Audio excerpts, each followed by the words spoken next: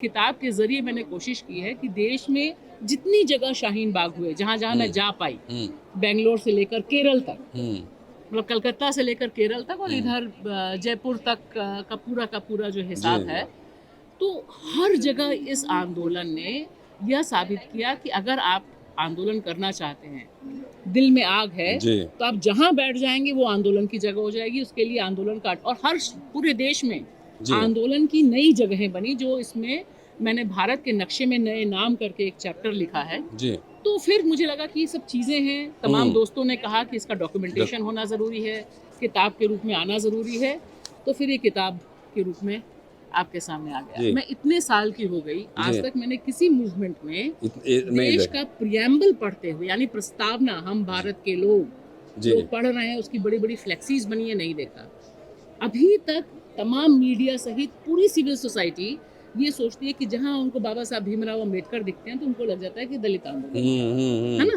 बिल्कुल सीधा सा मतलब है, ये टूटा एक तरह से। अंबेडकर हैं तो यानी दलित। अब ये देखिए कि ये पूरा का पूरा आंदोलन बाबा साहब भीमराव अंबेडकर के कंधों पे लड़ा गया। इसने एक ये जो भरोसा दिया कि देश में जब सब कुछ बंद हो जाता है तो आपको अंबेडकर के पास वापस जाना पड़ता है और अंबेडकर के कॉन्स्टिट्यूशन के पास जाना पड़ता है। और ये पूरा का पूरा जो सेकुलर मूवमेंट था कि आपको कहीं भी किसी धर्म का झंडा नहीं मिलता, आपको तिरंगा मिलता है यहाँ पर, आपके बच्चों के चेहरों पे तिरंगा है। तो ये भी एक क्लेम कि ये देश मेरा है और देश के जितने आइकन्स हैं जी, वो हमारे हैं, हम सबके हैं।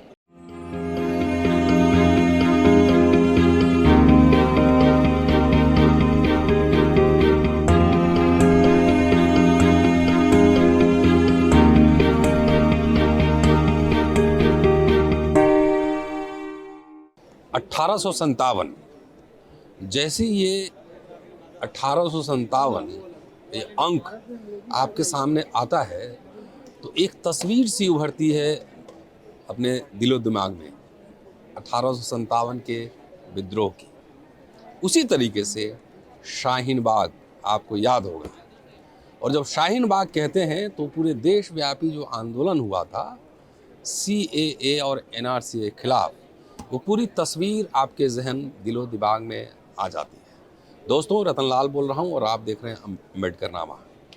50वां विश्व पुस्तक मेला अभी प्रगति मैदान में हूँ, राजकमल का स्टॉल है यहाँ पर, और हमारे साथ सीनियर जर्नलिस्ट भाषा सिंह जी।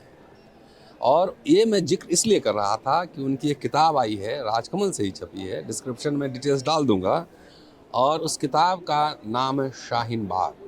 ज़रा फोकस करके किताब की तस्वीर पहले दिखाइए। और ये शाहीन बाग एक केंद्र बिंदु है, एक ऐसा एपी सेंटर है। भूकंप आता है ना तो उसका एपी सेंटर होता है एक जगह। उसी तरीके से दिल्ली का वो शाहीन बाग गली गली, मोहल्ले मोहल्ले, देश भर में शाहीन बाग में तब्दील हो गया। उनकी एक किताब है और इस पर चर्चा करेंगे कि कैसे इन्होंने पूरा इस जहन में कैसे आया, आइडिया कैसे आया और क्या है इस किताब में, यह जानना ज़रूरी है। तो जो साथी देख रहे होंगे आप ज़रूर इस किताब को मंगवाइए। 250 रुपये की है, 230 पेज है और इसमें डॉक्यूमेंटेशन है, एक तरह का पूरा रेफरेंस भी दिया गया है, कहाँ कहाँ आंदोलन हुआ था, कौन देश भर में पसरे शाहीन बागों की सूची इसमें है। तो बड़े दिलचस्प है। सीधे भाषा सिंह जी से बात करते हैं, योजना कैसे बनी जी शाहीन बाग?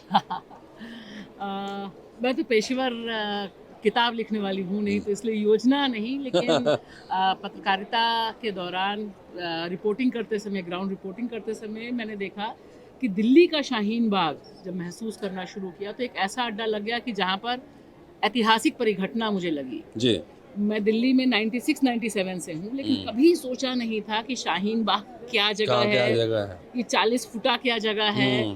तो जब वहाँ गई तब लगा कि ये तो औरतें बैठी हुई हैं और सड़क पे बैठी हुई हैं। अभी तक हमारे दिमाग में था कि प्रोटेस्ट का हिसाब दूसरा था, जंतर मंतर होता है, इसके अलावा रैलियां रामलीला मैदान में होती हैं, ये कैसे हो सकता है। फिर धीरे धीरे जाके देखा कि इस तरह का शाहीन बाग दिल्ली में फैल गया, 14 जगह पर दिल्ली में 14 जगह पर दिल्ली में फैला, और हर जगह मुसलमान औरतें जहाँ रहती हैं अपने घरों के पास उन्होंने प्रोटेस्ट का अड्डा बनाया। तो ये मुझे बहुत अपने आप में दिलचस्प चीज़ लगी। इसको रिपोर्ट करने के लिए, बाकी चीज़ों करने के लिए तकरीबन रोज जाना हुआ। फिर धीरे धीरे खबरें आनी शुरू हुई कि लखनऊ में खुल गया, फिर पटना पता में चला पटना में खुल गया, आरा में खुल गया, कोलकाता में खुल गया, मुंबई में खुल गया। और आप देखिए, ये किताब के जरिए मैंने कोशिश की है कि देश में जितनी जगह शाहीन बाग हुए, जहाँ जहाँ मैं जा पाई, बेंगलोर से लेकर केरल तक, मतलब कलकत्ता से लेकर केरल तक, और इधर जयपुर तक का पूरा जो हिसाब है, तो हर जगह इस आंदोलन ने यह साबित किया कि अगर आप आंदोलन करना चाहते हैं, दिल में आग है, तो आप जहां बैठ जाएंगे वो आंदोलन की जगह हो जाएगी। उसके लिए आंदोलन का, और हर पूरे देश में आंदोलन की नई जगहें बनी, जो इसमें मैंने भारत के नक्शे में नए नाम करके एक चैप्टर लिखा है जी। तो फिर मुझे लगा कि ये सब चीजें हैं। तमाम दोस्तों ने कहा कि इसका डॉक्यूमेंटेशन होना जरूरी है, किताब के रूप में आना जरूरी है, तो फिर ये किताब के रूप में आपके सामने आ गया। आप एक पेशेवर पत्रकार की हैसियत से आपने भ्रमण किया, और उस समय हम लोग भी एज ए एक्टिविस्ट भारत के कई शहरों में गए और काफ़ी देखा। सबसे महत्वपूर्ण अगर कुछ पॉइंट्स हाईलाइट आप करना चाहेंगी, जो जिसका जिक्र इस किताब में होगा ही, जी, और आप मुझे हस्ताक्षर करके किताब देंगी? ज़रूर, निश्चित तौर पे। मुझे लगता है कि देखिए रतन लाल जी, इसकी सबसे बड़ी मजबूती थी बाबा साहब भीमराव अंबेडकर का नाम और चेहरा, और उसके साथ कॉन्स्टिट्यूशन, संविधान, आइन, जिसे हर जगह आइन लेकर लोग खड़े थे, प्रियम्बल लेकर।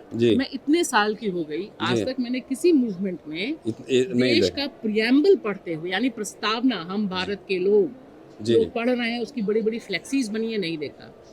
अभी तक तमाम मीडिया सहित पूरी सिविल सोसाइटी ये सोचती है कि जहां उनको बाबा साहब भीमराव अंबेडकर दिखते हैं तो उनको लग जाता है कि दलित आंदोलन है ना, बिल्कुल सीधा सा मतलब है। ये मिथ टूटा एक तरह से, अंबेडकर हैं तो यानी दलित। अब ये देखिए कि ये पूरा का पूरा आंदोलन बाबा साहब भीमराव अंबेडकर के कंधों पे लड़ा गया।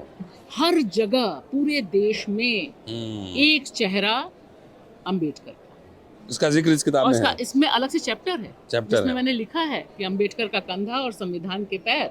और जिस तरह से औरतें पहली बार ये कहानी बताने लगी कि ये जो पूरा का पूरा प्रियम्बल है, सारी चीजें चल रही हैं, मतलब वो लोग खुद पढ़ रही थी, प्रस्तावना तो हर जगह, हर जगह पढ़ रहे थे।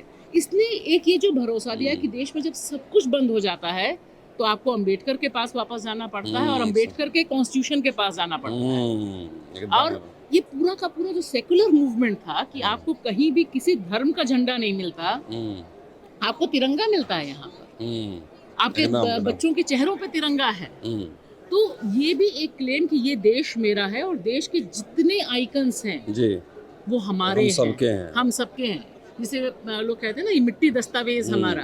तो मुझे लगता है ये बहुत जबरदस्त बात है, और निश्चित तौर पे मुसलमान औरतें इस तरह से पहली बार पूरे भारत में लीडर के तौर पर, और खुद एक जो एक स्टीरियोटाइप था ना कि मुस्लिम औरतें घर के अंदर रहती हैं और मेल बाहर करते हैं, वो स्टीरियोटाइप टूटा। हाँ, और इसमें देखिए कि वो जो औरतें पॉलिटिकल डिस्कोर्स डेवलप कर रही हैं जी, वो टकरा किससे रही। 2019 में मोदी जी अकूत बहुमत लेकर आए, खौफ का साया था एकदम। उन्होंने कश्मीर का सारा 370 अनुच्छेद हटा दिया, कहीं कोई चीज चपड़ नहीं हुई जी। लेकिन जब CA NRC आता है, उनके खिलाफ ये औरतें खौफ के माहौल को तोड़ते हुए सामने आती है। तो मुझे लगता है एक बहुत बड़ी लकीर है जो आपने भूकंप वाली बात कही जी, एपिक सेंटर। तो ये मैंने अपनी जो प्रस्तावना लिखी है यही शब्द इस्तेमाल किया है। अच्छा। ये भूकंप है, और भूकंप में जिस तरह से सब चीजें हिलती हैं, और इसमें जो क्रिएटिविटी है, जो आम नागरिक है, आम महिलाएं हैं, वो कितनी क्रिएटिव और अहिंसक हैं। मतलब गोली चला रहे हैं और यहाँ से वो अगले दिन नारे लगा रही हैं कि फूल बरसाऊं सारों पर। तो ये एक मतलब जिस तरह का एक फांसीवाद और जिस तरह से कॉन्स्टिट्यूशन को खत्म करने की कोशिश है, उसमें कॉन्स्टिट्यूशन को बचाने वाली ताकतों का असर्शन मुझे दिखाई दिया। सारा डॉक्यूमेंटेशन इसमें है जी, सारा। एज ए पेशेवर पत्रकार आप जहाँ जहाँ गई, जो आपने देखा, और नहीं, उनकी आवाज में इसमें खास बात आप देखेंगे, वो सब रिकॉर्डेड हैं, उनको ट्रांसक्राइब करके मैंने कोशिश की कि उनकी जबान में ही पेश किया जाए, उनके नाम के साथ है, उनके चेहरों के साथ है। चलिए, शुक्रिया भाषा जी। और आकर देख मुझे शाहीन बाग हूँ मैं, उस समय तकरीबन 25-30 जगहों पे मैंने भी भाषण दिया था, और CA NRC के खिलाफ और सबसे दिलचस्प ये था कि उस समय अम्बेडकर को खूब पढ़ा गया और कोट किए गए अम्बेडकर को नागरिकता के सवाल पर जी। और ये खास बात थी कि दो चीज़ें सबसे महत्वपूर्ण थी और यही वजह है कि आज तक सरकार उसको लागू नहीं कर पाई। वो था भारत का संविधान, डॉक्टर अम्बेडकर और मुस्लिम महिलाओं का बड़ी संख्या में आंदोलन में शिरकत करना। ये सारे दस्तावेज इसमें मौजूद हैं। आप राजकमल से छपी है और डिस्क्रिप्शन में मैं डाल दूंगा डिटेल्स। अगर आप पढ़ना चाहें तो ज़रूर पढ़िए। शुक्रिया, जल्दी मिलते हैं।